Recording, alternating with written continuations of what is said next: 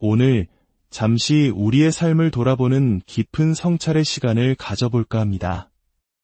우리 중 많은 이들이 어쩌면 비슷한 마음의 풍경을 가지고 살아가는지도 모릅니다. 저 멀리 언덕 너머 어딘가에 진짜 중요한 무언가가 나를 기다리고 있을 거라는 막연한 기대감 말입니다. 지금 내가 하고 있는 일보다 더 의미 있고 더 찬란한 그 무엇이 미래의 어느 모퉁이에서 나를 기다리고 있다고 믿는 것이죠. 그것은 내가 간절히 원하는 어떤 성취일 수도 있고 오랫동안 꿈꿔왔던 특별한 이벤트일 수도 있습니다. 그것만 손에 넣으면, 그곳에만 도달하면 비로소 내 삶은 의미와 만족으로 가득 찰 것이라는 환상.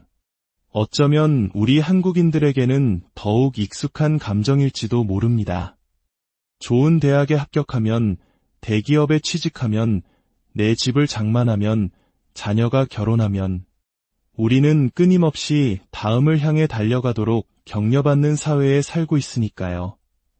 오늘 우리의 이야기가 여러분의 마음에 작은 울림을 준다면 하나님의 은혜를 나누는 마음으로 이 영상을 소중한 분들과 공유해 주십시오. 구독과 좋아요를 통해 저희가 계속해서 희망의 메시지를 전할 수 있도록 힘이 되어주시는 당신의 그 손길 위에 주님의 평안과 축복이 함께하기를 기도합니다. 저 역시 오랫동안 그런 언젠가라는 신기루를 좇으며 살아왔습니다. 제 삶의 이야기를 잠시 나눠보겠습니다. 22살, 처음으로 사역의 길에 들어섰을 때를 기억합니다. 신학교를 다니며 사역을 병행하는 것은 정말이지 고된 하루하루였습니다. 매일 밤 저는 이렇게 기도했습니다. 하나님, 이 힘든 신학교만 졸업하면 그때부터 진짜 인생이 시작될 겁니다. 그리고 마침내 졸업을 했습니다. 하지만 제 마음속에는 또 다른 언젠가가 자리 잡았습니다.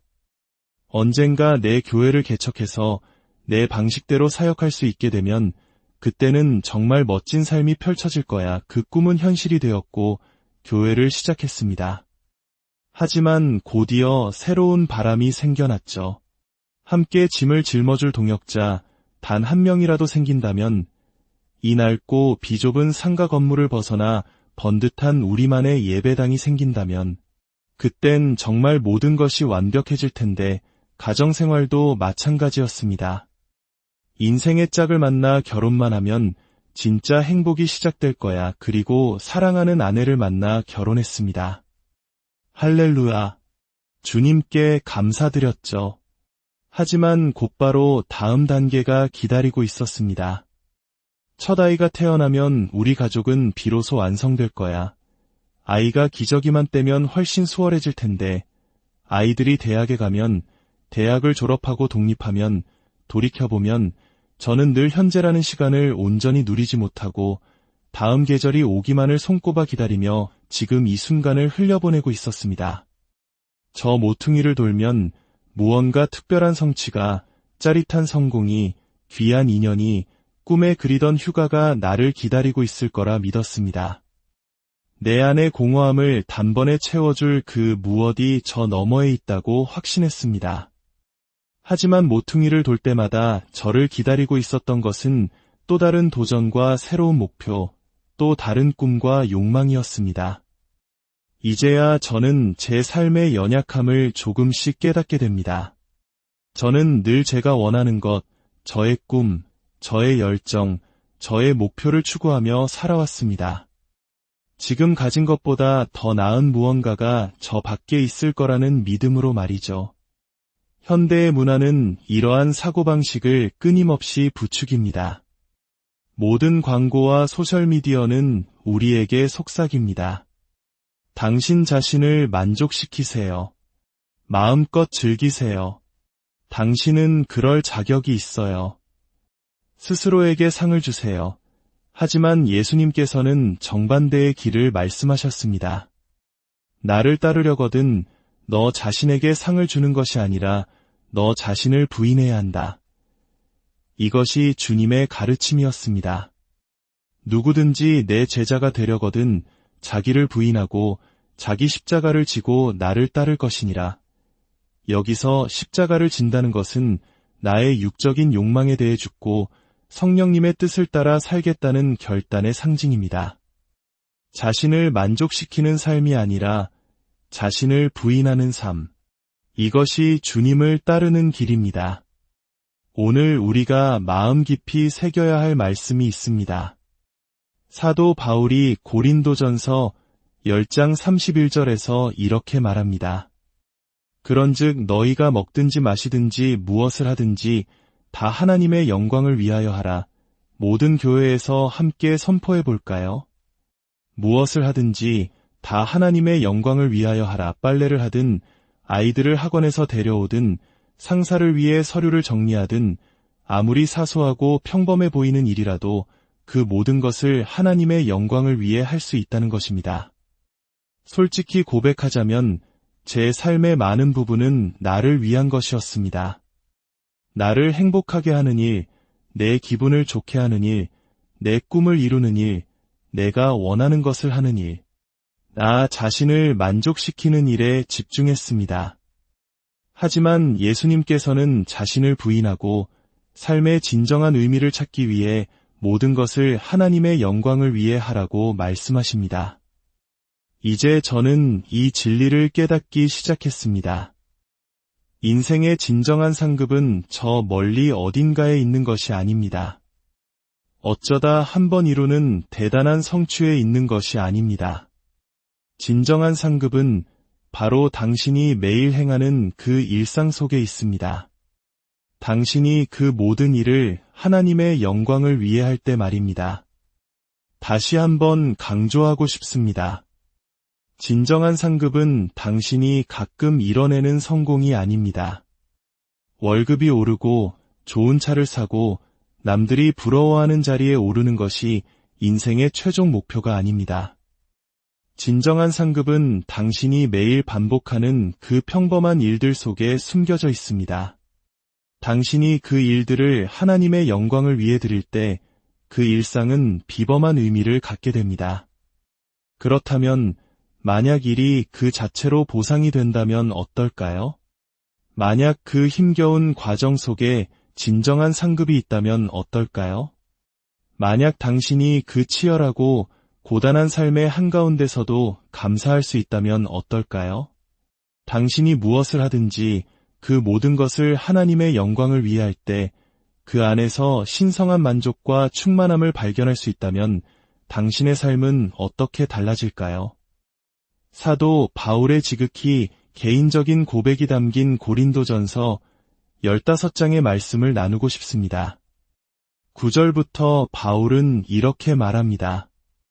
나는 사도 중에 가장 작은 자라. 나는 하나님의 교회를 박해하였으므로 사도라 칭함받기를 감당하지 못할 자니라. 다시 말해 예수님을 만나기 전에 나는 정말 끔찍한 사람이었습니다. 그리스도인들을 너무나 미워한 나머지 그들을 죽이기까지 했습니다. 라는 고백입니다. 하지만 10절에서 위대한 반전이 일어납니다. 다 함께 그러나를 외쳐볼까요?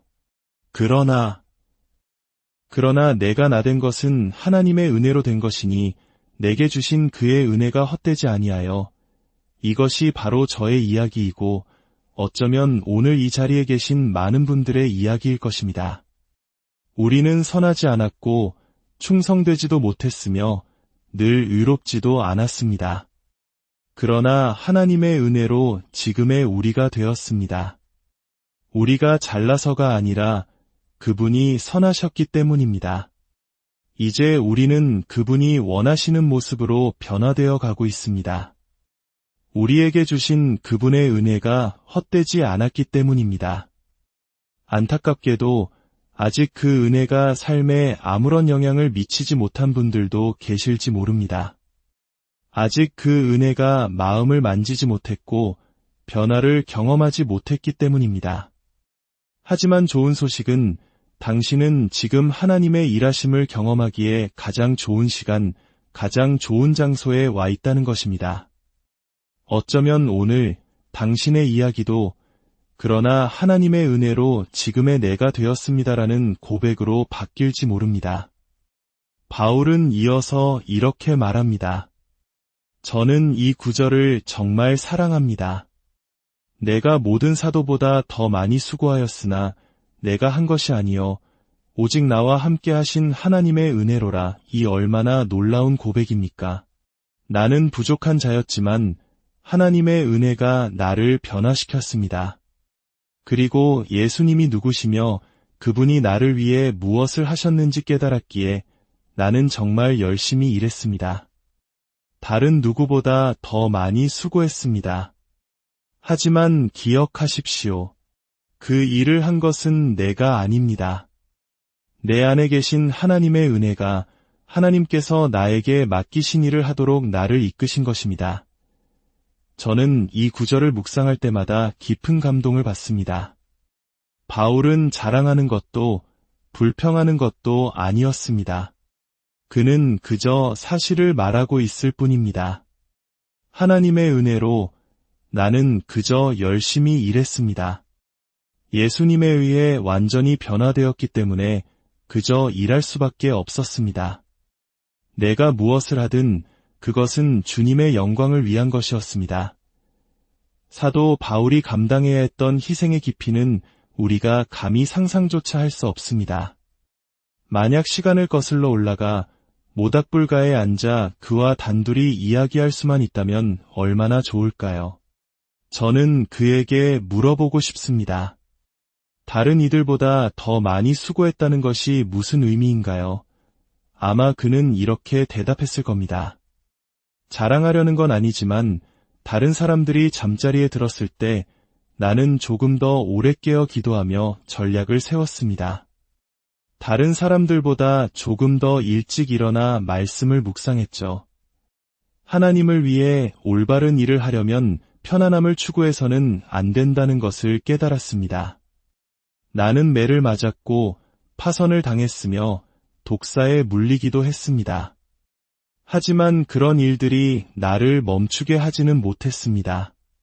다른 이들이 쉬운 길을 택할 때 나는 언제나 옳은 길을 가려고 노력했습니다. 그는 계속해서 말할 겁니다. 나는 하나님의 말씀을 내 마음에 새기고 그 말씀이 내 생각을 새롭게 하도록 했습니다. 감옥에 갇혔을 때도 나는 일을 멈추지 않았습니다. 감옥 안에서도 예수님을 섬겼습니다. 단 한 명의 그리스도인도 없는 도시에 가서 교회를 세웠습니다. 자원이 풍족하지 않았지만 우리는 그저 맡겨진 일을 해냈습니다. 나는 다른 누구보다 더 열심히 일했습니다.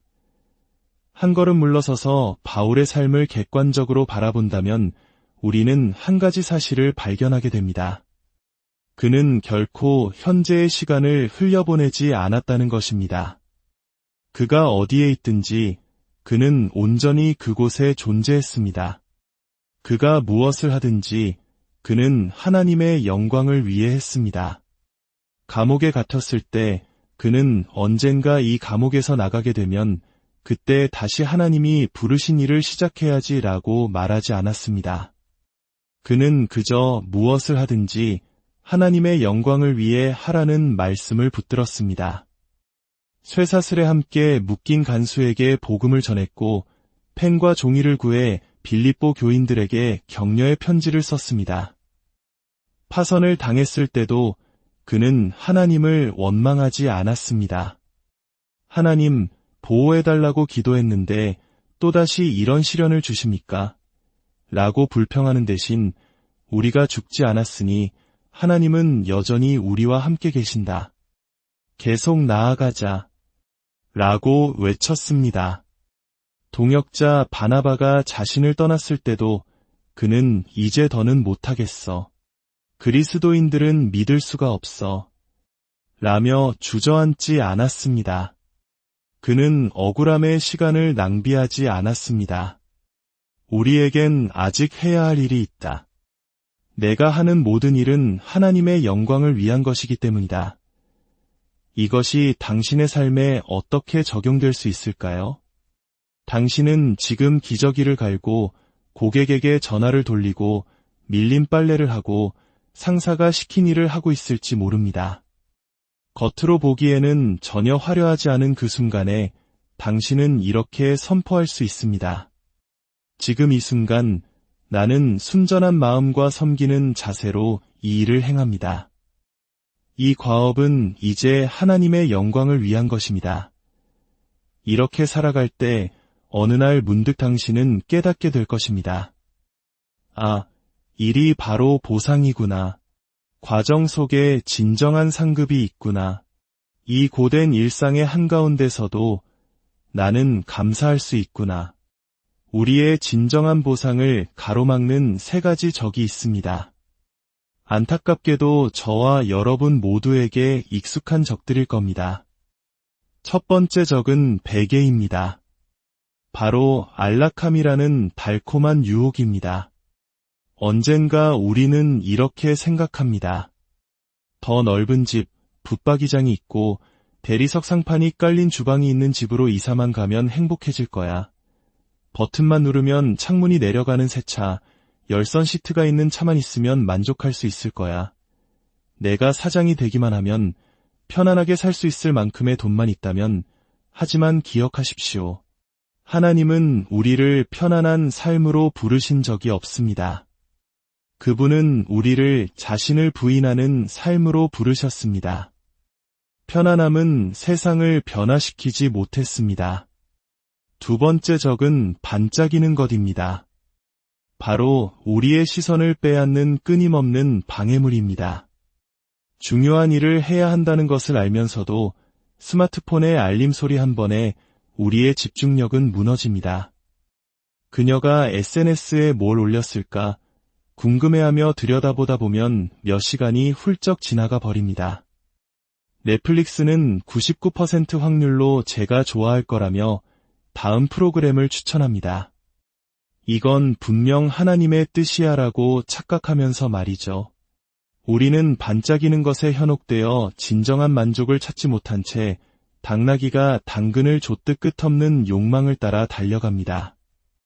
세 번째 적은 수건입니다. 바로 포기하고 싶은 끊임없는 유혹입니다. 결혼 생활이 힘들어지면 더 이상 사랑하지 않아. 이건 가치가 없어라며 수건을 던져버립니다. 재정적인 어려움에서 벗어나려 애쓰다가 예상치 못한 지출이 생기면 에라, 모르겠다. 그냥 카드로 긁고 예식이나 하자며 포기해버립니다. 신앙생활도 마찬가지입니다.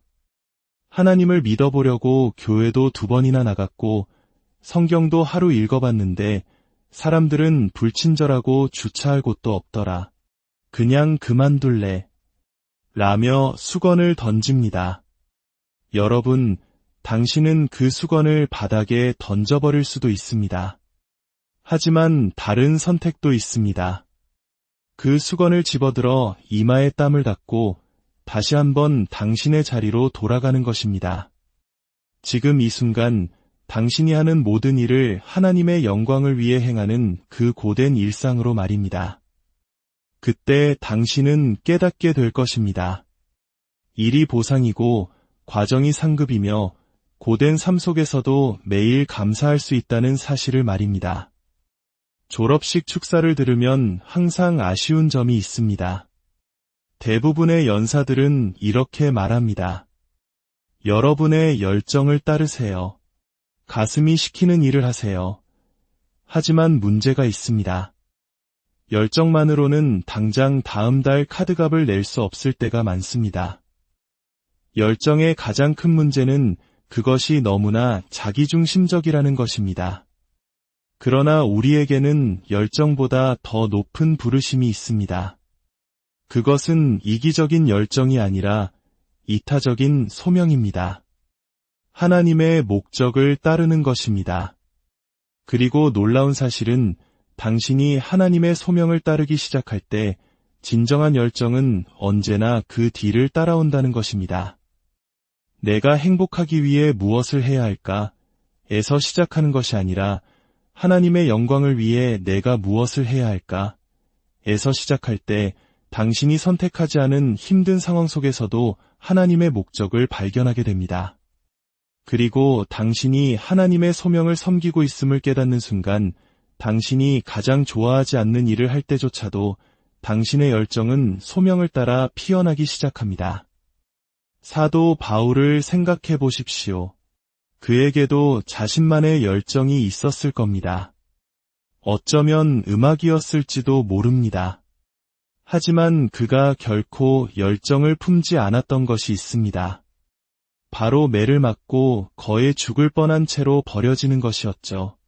그는 이기적이고 자기중심적인 열정을 추구하는 대신 하나님의 소명을 따랐습니다. 그러자 그는 이렇게 고백할 수 있었습니다. 사도행전 20장 24절입니다. 내가 달려갈 길과 주 예수께 받은 사명, 곧 하나님의 은혜의 복음을 증언하는 일을 마치려 하면은 나의 생명조차 조금도 귀한 것으로 여기지 아니하노라. 소명은 평범한 일에 열정을 불어넣습니다. 지루하고 하찮게 느껴지는 일이라도 내가 이 일을 하나님의 영광을 위해 하고 있다고 믿을 때 그 일은 의미를 갖기 시작합니다. 누군가에게 따뜻한 커피 한 잔을 내어줄 때, 2살배기 아이를 안고 기도해줄 때, 방황하는 청소년들을 말씀으로 이끌 때, 당신의 가정을 사람들과의 영적인 교제를 위한 장소로 내어줄 때, 그 평범해 보이는 일들은 하나님의 목적과 연결되어 비범한 일이 됩니다. 열정은 언제나 소명을 따르기 때문입니다. 바울은 말합니다. 나는 목표 없이 달리는 사람처럼 달리지 않습니다. 그는 방향을 가지고 달리고 있었습니다. 나는 허공을 치는 권투 선수처럼 싸우지 않습니다. 그는 실제적인 영적 싸움의 한가운데 있었습니다. 그는 모든 발걸음에 목적을 가지고 달렸습니다. 상상해 보십시오. 아침에 눈을 뜨며 이렇게 기도하는 겁니다. 하나님, 오늘은 주님의 날입니다. 주께서 만드신 날입니다. 오늘 내가 하는 일이 크고 신나는 일이든 작고 하찮은 일이든 그 안에서 하나님의 소명을 발견하기로 선택합니다. 이 모든 일을 주님의 영광을 위해 하겠습니다. 나는 목표 없이 달리는 사람이 아닙니다. 나는 모든 발걸음에 목적을 가지고 달립니다. 나는 성령님의 인도하심을 받고 말씀의 능력을 힘입으며 내가 가는 곳마다 사람들을 사랑합니다. 내가 방에 들어갈 때 하나님의 영이 나와 함께 들어갑니다. 어두운 곳에 빛이 임합니다. 내가 가는 모든 곳은 목적이 있는 발걸음입니다. 그리스도를 죽음에서 일으키신 바로 그 영이 내 안에 거하시기 때문입니다. 나는 이 땅에 보냄받은 하늘의 대사입니다. 하나님의 선하심과 사랑, 그리고 그 은혜를 나타내기 위해 보냄받았습니다. 나의 이 발걸음도 목적이 있고 다음 발걸음도 목적이 있습니다. 당신을 향한 나의 격려의 말도, 나의 작은 선물도, 당신을 일으켜 세우고 사랑하는 나의 모든 행동에도 목적이 있습니다. 나는 그 어떤 일도 건성으로 하지 않습니다. 내가 무엇을 하든지 나의 삶을 변화시킨 그분을 위해 합니다. 과거의 나를 본다면 당신은 내가 자격이 없다고 생각할지 모릅니다. 그러나 하나님의 은혜로 지금의 내가 되었습니다.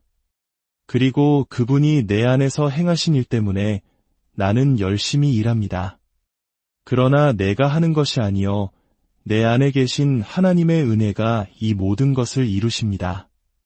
당신이 아이들을 차에 태워온 동네를 돌아다닐 때 당신은 하나님의 영광을 위해 그 일을 하고 있는 것입니다. 당신이 대학원 시험을 준비할 때 깨어진 결혼 생활을 지키기 위해 싸우고 있을 때 당신은 모든 발걸음의 목적을 가지고 하나님의 영광을 위해 그 일을 하고 있습니다.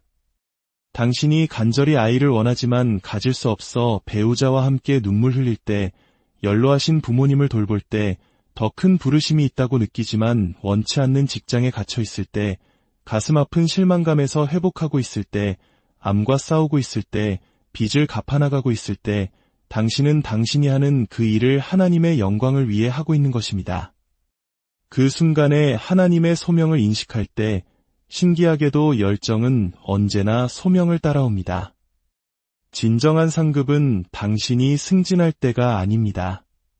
멋진 차를 살 때도, 꿈에 그리던 휴양지로 여행을 갈 때도 아닙니다. 진정한 상급은 5년짜리 계획이 모두 이루어졌을 때 오는 것이 아닙니다. 진정한 상급은 바로 지금 여기에 있습니다. 오늘은 주께서 만드신 날입니다. 하나님의 은혜로 말미암아 나는 이 날을 기뻐하고 즐거워할 것입니다. 인생은 나를 위한 것이 아닙니다. 나 자신을 만족시키는 것이 아니라 나 자신을 부인하는 것입니다.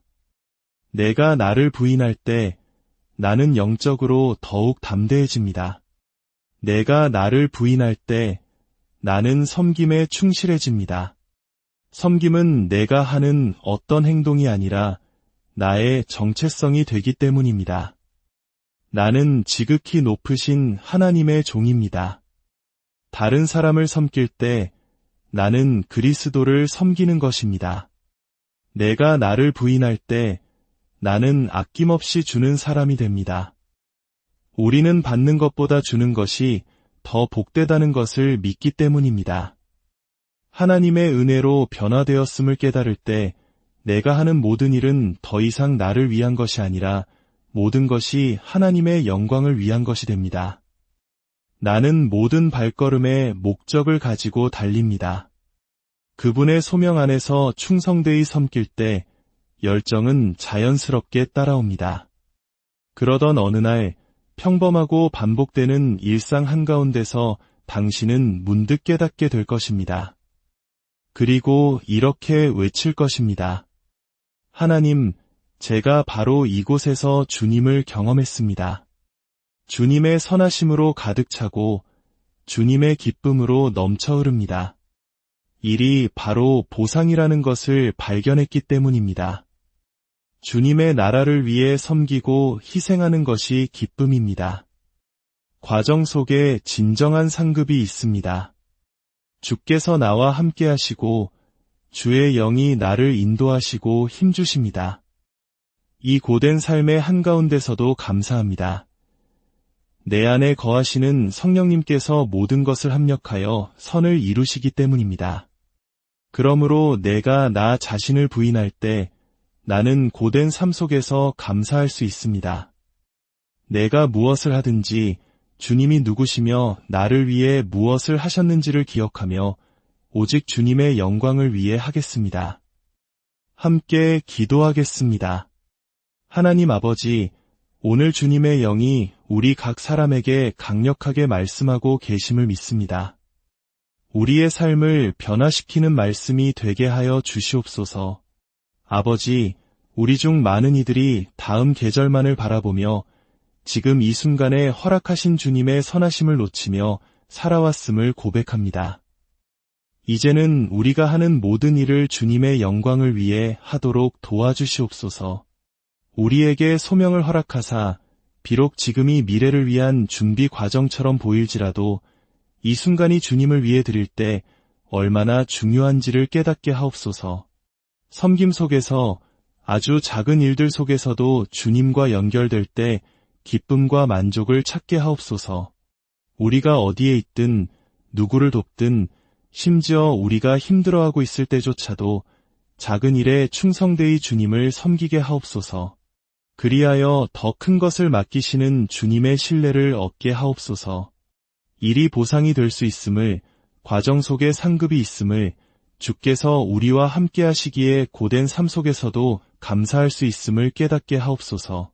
하나님의 은혜로 지금의 우리가 되었사오니 우리에게 주신 은혜가 헛되지 않도록 우리가 하는 모든 일 속에서 충성되게 주님을 섬기게 하옵소서.